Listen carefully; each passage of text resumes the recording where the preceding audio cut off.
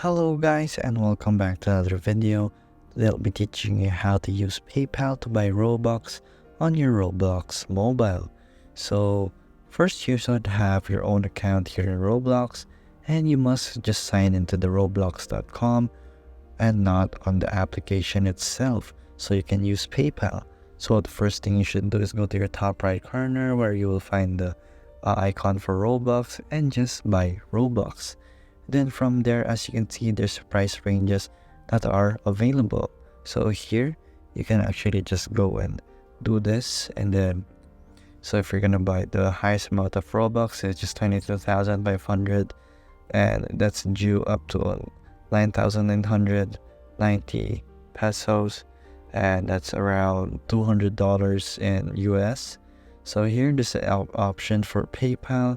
Just press that and it will redirect you to your PayPal account. So right here, as you can see, all you have to do is log in with your email and phone number, and then you can pay there. And once you're done, it will redirect you back to your own Roblox account where it will be transferred to your account with the Roblox. And that is how you use PayPal to buy Robux at Roblox.